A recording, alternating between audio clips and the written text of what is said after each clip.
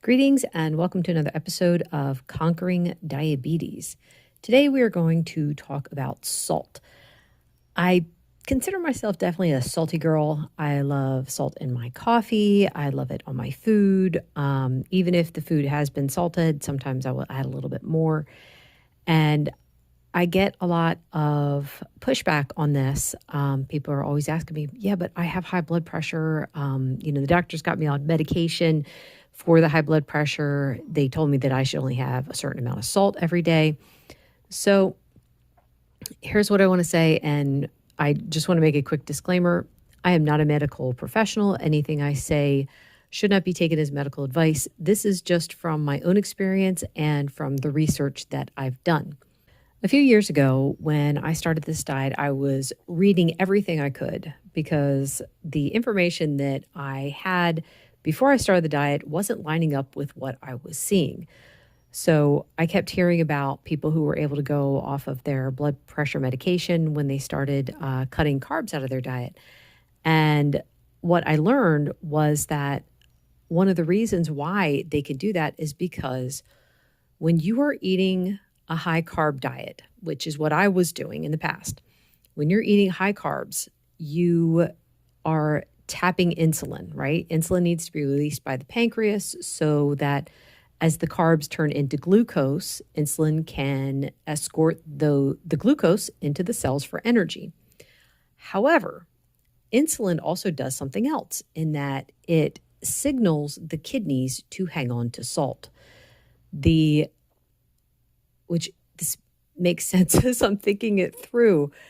Your system is trying to water down the amount of sugar because sugar is hygroscopic. It draws water to itself. So your system is trying to fix. It's always looking for homeostasis. So it's trying to fix things by so the insulin's telling the kidneys to hang on to the salt, right? Salt causes your system to hang on to more water. But as it's doing that, if you think about a water balloon, right? A water balloon has a certain capacity that it can hold and then it will pop. So your blood vessels are similar to this in that they're holding as much as they can. And that's one of the dangers of high blood pressure is that it's going to wear out the veins and arteries, and then you'll have a problem if they burst. So this is one of the reasons why they put you on blood pressure medication. It's to bring that pressure down so that it doesn't hurt the rest of your system. So anyway, one of the things that happens when you start to cut carbs out, your insulin level starts to go down because not as much is needed to escort the glucose into the cells. As the insulin level comes down, the kidneys can start to function better by releasing the salt and water. So just to give you a little bit of my story, I had been told by the doctor that if I lost weight, my blood pressure would come down. I had had high blood pressure since my pregnancies. Now, also know that when I was pregnant, I had gestational diabetes.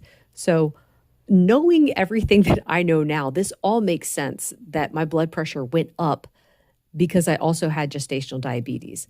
The insulin level was just running too high. So anyway, I did take my doctor's advice and I lost 50 pounds and my blood pressure went up. And I've talked to several doctors about this and asked them why that happened. And every single one of them shrugs their shoulders. They're like, we don't know. That's not how it's supposed to work. Okay, well, that was enough to put some doubt in my head. And then later, as I started this diet, I wanted to go off my blood pressure medicine because I wanted to see if I would be able to. But when I checked my blood pressure, it was 130/90. And I knew my doctor was not going to say, you can go off this medication. She was going to say, your blood pressure is not very well controlled right now, so we need to increase the medication, which I did not want to do. So what happened was, and I don't recommend that anyone do this. This is something that I did on my own. I quit the medication cold turkey. Now, about a year before, I had tried to quit the medication cold turkey, and I ended up with a whopping migraine within, I think it was like 2 days. It was so bad. Light hurt it. My own voice hurt my head. It was just terrible. So I had to go back on the blood pressure medication. So this time around, I'd been on the diet for about a month. And I thought, you know what, Lord, if it happens again where I get that whopping headache, I know I'm just supposed to stay on the blood pressure medicine. So I went off the blood pressure medicine and I was fine. I was starting to check my blood pressure. One of my issues with that, though, for myself is I tend to psych myself out because I'm like, I'll go into panic mode of like, oh my goodness, is it going to be high? So I had some days where it was perfect. It was like 120/70.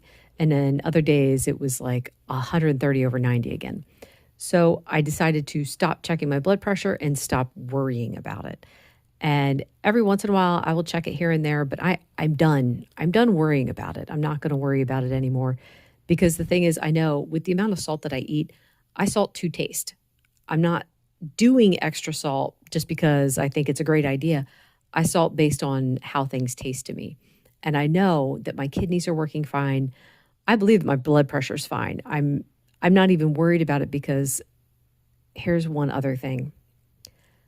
The numbers for blood pressure, who are they based on? These so-called normal numbers, who are they based on? Why are they based on that? This has got me questioning a whole lot of things. You guys could do the research, come to your own conclusions. This is just where I'm at right now. I'm done worrying about the salt. I see that I feel so much better. I'm doing well. So I'm done worrying about the salt. Anyway, that is all for today. Thank you so much for listening. Bye.